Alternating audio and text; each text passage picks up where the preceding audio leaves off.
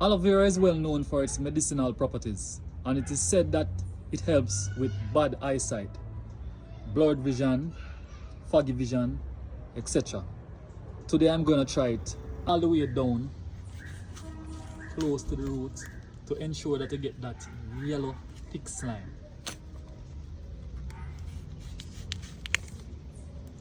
And let me show you what we're looking for. This is what we're looking for, that yellow thick slimy thing. That is what I'm going to drop in my eyes.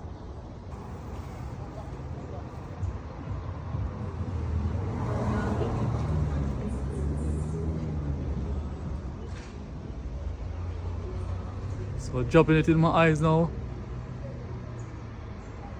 Feel the burn.